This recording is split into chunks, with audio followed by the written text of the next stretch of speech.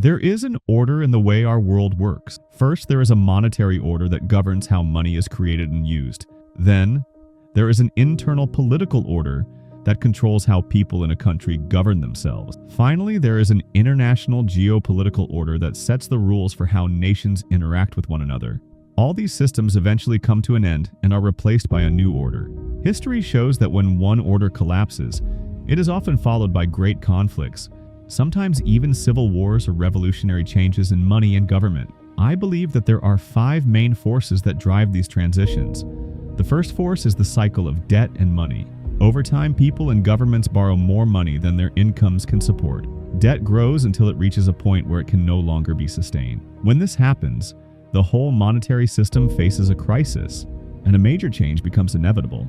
This cycle of rising debt relative to income has repeated itself throughout history and is one of the key drivers behind changes in the money system we see today. The second force is the internal political order. Within every country, there are divisions between different groups, often described as the left and the right.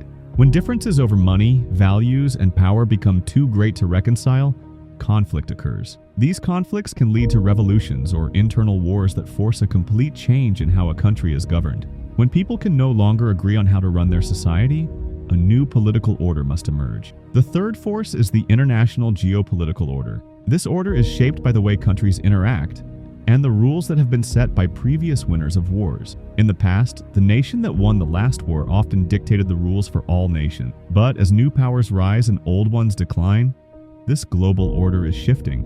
We are now witnessing a change from a world that was once controlled by one dominant nation to one where multiple countries share power. This transition in world order influences not only politics but also the global economy. The fourth force comes from nature itself. Climate change, natural disasters such as droughts and floods and pandemics have historically caused more loss of life and upheaval than wars. These natural forces can topple governments and force societies to change in ways that human conflicts cannot. For instance, a severe drought or flood can disrupt food production and force an entire society to adapt or collapse. In many ways, nature is a powerful reminder that even the best-laid human plans can be undone by events beyond our control.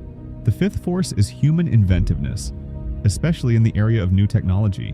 Innovation continuously reshapes our world by creating new tools and methods that change the way we live and work. Today, technology is reducing costs, increasing efficiency, and altering entire industries. Digital breakthroughs like artificial intelligence are transforming how we do business and interact with one another. These technological advancements interact with the other forces of change, debt cycles, political conflicts, and natural disasters, to create large-scale shifts from one order to another.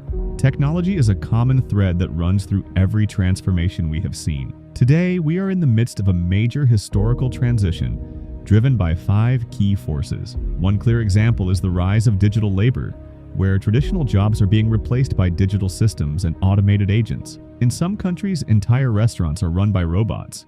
This shift is not just about saving money, it is reshaping how work is done worldwide and opening massive economic opportunities worth trillions. Money management remains a critical issue.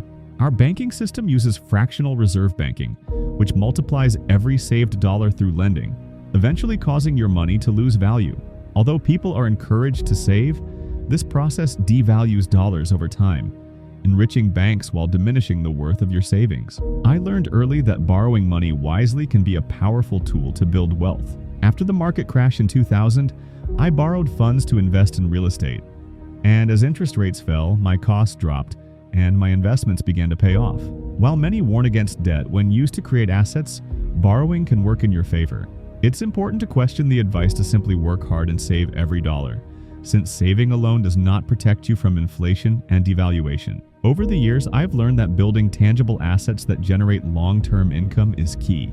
Instead of relying only on stocks or bonds, I focus on assets like a book that earns royalties over time. This steady income lets me borrow money to invest in ventures like real estate, a strategy many entrepreneurs use for lasting wealth.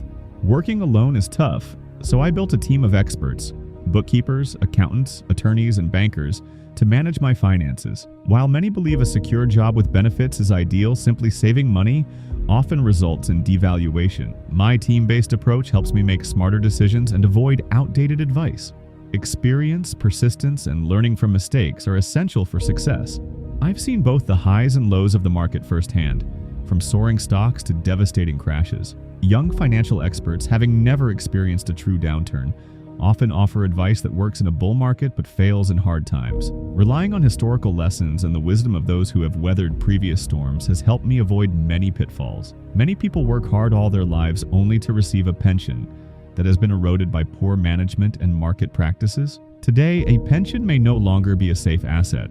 Instead, its value is not guaranteed, warning us that the system must be rethought. A high number of students are dropping out or underperforming in some states, negatively affecting long-term economic productivity. Cuts to public programs like school lunches further weaken communities, requiring urgent action by new leadership. Tariffs, trade wars, and disputes among nations like the United States, China, and European countries disrupt economies and shift power balances. Changing international trade rules can lead to major disruptions that need careful management to avoid lasting conflict.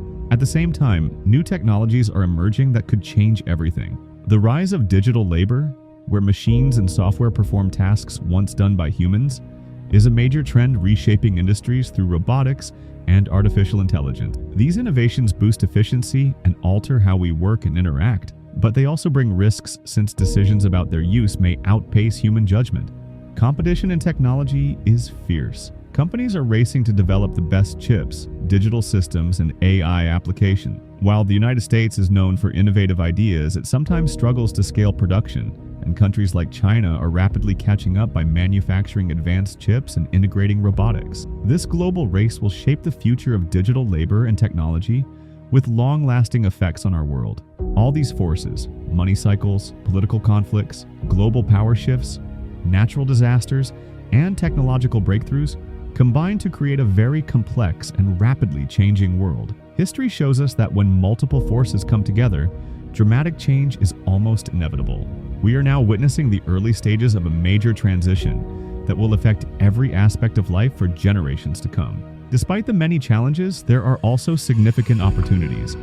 Countries that manage to remain neutral and focus on efficiency may prosper during these turbulent times. For example, Singapore has shown that by staying neutral and welcoming talent and capital, a country can create an environment that fosters growth and innovation. These nations can serve as examples of how to thrive in a world where old rules no longer apply.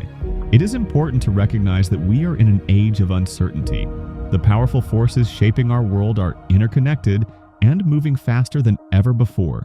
We must be ready to adapt to rapid changes in our economic and political systems. How we respond to these challenges will determine the future of our society.